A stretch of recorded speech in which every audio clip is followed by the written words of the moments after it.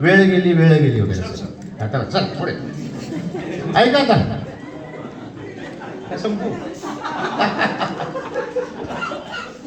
उडवाच मान माझी माझा नकार नाही.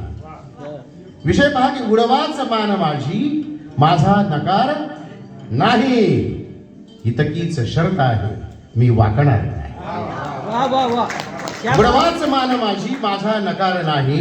इतकीच शर्त आहे मी वाकणार नाही. मी एवढ्याच साठी सेटल कुठे न झालो. काय कारण मी एवढ्याच साठी भीमराव सेटल कुठे न झालो. भिंती छतात माझे घर मावणार. भिंती छतात माझे घर मावणार नाही. आणि त्रेतायुगात माझे पूर्वज महान होते.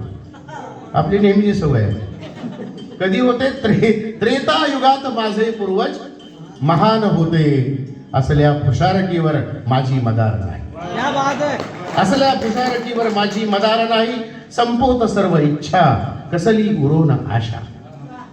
प्रार्थना काय पहा माझी की संपोत सर्व इच्छा कसली उरोन आशा. याहून अन्य काय मी मागणार. आणि शेर बघा की इतक्यात जांभई तू देतेस काय वेडे. शेर पण बरोबर आलं. इतक्यात जांभई तू देतेस काय वेडे. इतक्यात गजल माझी आटोपणार नाही. जरी पाहू तरी पण एक शेवटचा शेर बघा की एक वेगळा आहे की सोलून काढले बघ मी कातडे मनाचे. सोलून काढले बघ मी कातडे मनाचे. आता तुझ्या स्मृतीचा व्रण राहणार. सोलून काढले बघ मी कातडे मनाचे. आता तुझ्या स्मृतीचा व्रण राहणार नाही. आणि एक गझल अशी आहे की तिचे दोनच शेर मी ऐकवणार आहे.